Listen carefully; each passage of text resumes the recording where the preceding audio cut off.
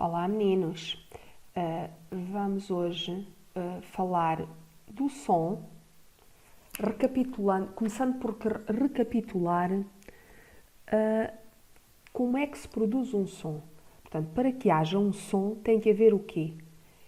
O que é necessário para que haja um som? É necessário, primeiro de tudo, que haja uma fonte sonora. E tem que haver o quê? Uma vibração dessa fonte sonora. Vimos como exemplo o quê? As cordas vocais, vimos o exemplo das cordas da guitarra, quando fizemos uma tentativa de tocar guitarra, vimos que tem que haver uma vibração da fonte sonora.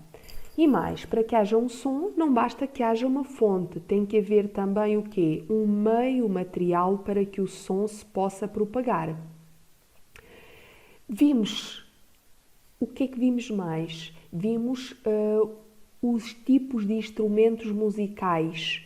Vimos que havia instrumentos de percussão, de cordas e de sopro. Classificámos-los e vimos o que é mais? Que para que um som se propague é necessário que haja um meio material, ou seja, tem que ser um meio sólido, líquido ou gasoso. Os sons não se propagam no vácuo. Lembram-se? Portanto, o que é necessário para que haja então propagação do som? Um som, quando é produzido, propaga-se pelo meio envolvente. As vibrações, originadas pela fonte sonora, passam de partícula em partícula, transmitindo o som com a mesma frequência da fonte. Mas as partículas não se deslocam significativamente, apenas oscilam em torno da sua posição média. Portanto, não há transporte de matéria na propagação do som. Apenas existe transferência de energia entre as partículas. No ar, as vibrações ao se propagarem provocam compressões e rarefações sucessivas das partículas do meio. As zonas de compressão onde a pressão é maior sucedem-se às zonas de rarefação, onde a pressão é menor. Verifica-se assim que para que a propagação do som ocorra é necessária a existência de um meio material, sólido, líquido ou gasoso. Retirando o ar que envolve a fonte sonora, conclui-se que o som não se propaga no vácuo.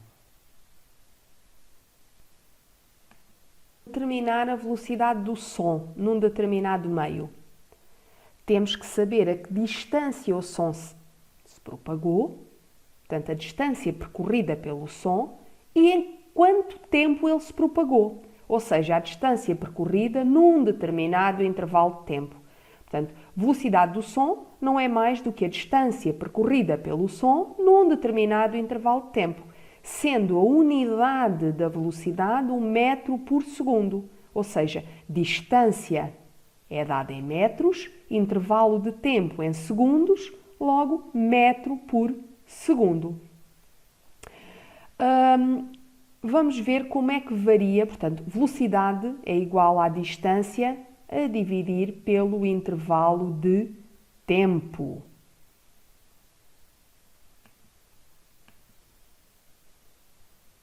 Já reparaste que a luz do relâmpago chega aos teus olhos de forma quase instantânea, mas o som do trovão demora um pouco mais? Isto acontece porque o som demora mais tempo do que a luz a percorrer a mesma distância. Logo, a velocidade de propagação do som é inferior à da luz. Como podes ver, dividindo a distância percorrida pelo intervalo de tempo, obtemos a velocidade de propagação do som.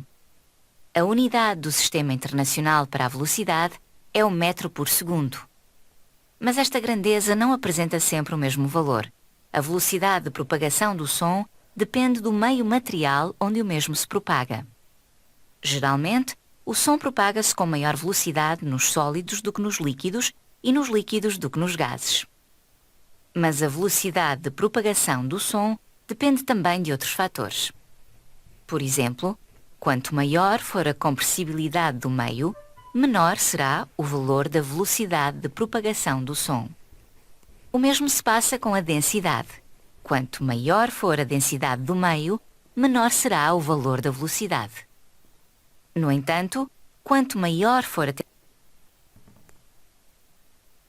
temperatura do meio, maior será a velocidade de propagação do som.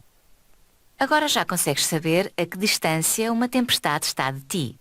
Por exemplo, se a temperatura do ar for de 20 graus Celsius e o trovão demorar 2 segundos a se ouvir, a tempestade está a uma distância de 686 metros. Não podíamos deixar de falar de um tipo de aviões que ultrapassam a velocidade do som. Portanto, já vimos que a velocidade do som no ar é em média 340 metros por segundo. Ora, estes aviões foram os Concorde e hoje em dia existem muito mais aviões da Força Aérea que ultrapassam esta velocidade do som. São os chamados aviões supersónicos. Porquê? Porque ultrapassam a velocidade do som. Hoje em dia, os aviões supersónicos, eles andam mais depressa que o próprio som. Portanto, o primeiro avião de passageiros supersónico foi o Concorde, em 1969. Ele demorava 3 horas e meia de Paris a Nova Iorque. Ele demorava menos de metade do tempo do que os voos comuns. Velocidades em Mach, ou seja, o que é que significa o Mach? Como é uma velocidade tão grande, costuma usar-se o Mach, ou seja, um Mach significa que um avião viaja à velocidade do som, ou seja, a 340 metros por segundo, ou seja, 1220 km por hora. O Concorde viajava a 2 Mach, portanto, 2440 km por hora.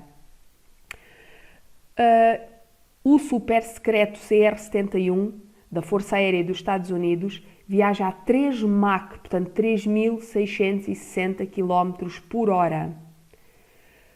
Quando a Space Shuttle, na reentrada na atmosfera, chegou a atingir os 25 Mach, portanto 30.000 km por hora.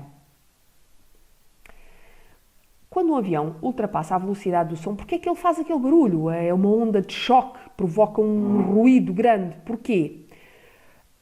Porque há uma condensação de água, de vapor de água, né, no entorno do avião e forma uma nuvem atrás dele. Vamos só ver agora um pequeno vídeo onde se tenta mostrar isso mesmo. Vocês já vão ver.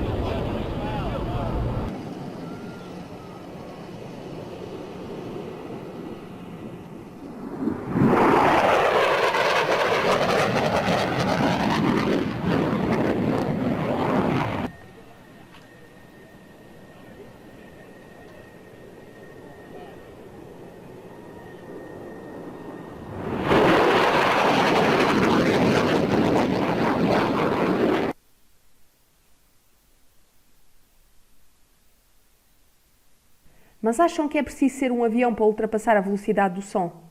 Pois não. Não é preciso ser um avião para conseguirmos ultrapassar ou conseguirmos uma velocidade superior à do som. Um chicote a estalar no ar, ele roda com cerca de 10.000 rotações por minuto. Ou seja, ele faz com que se ultrapasse a velocidade do som.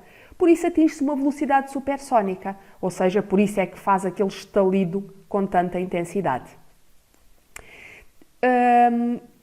uma pessoa, já conseguiu ultrapassar a velocidade do som com o seu corpo. Vamos ver um vídeo onde tenta exemplificar, onde mostra exatamente essa velocidade do som a ser ultrapassada. Bastaram 9 minutos e 3 segundos a Felix Baumgartner para inscrever para sempre o seu nome na história. O austríaco foi o primeiro homem a ultrapassar a barreira do som sem a ajuda de motores ao cair de uma cápsula estacionada a 39.045 metros de altitude. Atingiu os 1.341,9 km por hora, ou seja, 1,24 vezes a velocidade do som. A dado momento, Felix Baumgartner, equipado com um fato pressurizado, entrou em peão e ainda pensou em abrir o paraquedas de socorro. Depois conseguiu estabilizar-se e entrar na história. 4 minutos e 20 segundos após o salto, abriu o paraquedas normal. Menos de 5 minutos depois, tocava no solo do Novo México, nos Estados Unidos.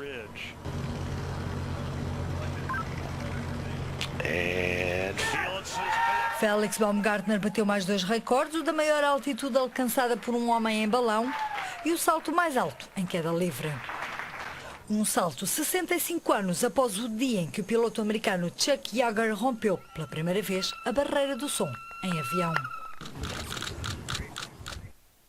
Depois de verem este vídeo, vou-vos propor a resolução de uma ficha de trabalho sobre a velocidade do som, portanto, acerca desta matéria, que já é matéria nova.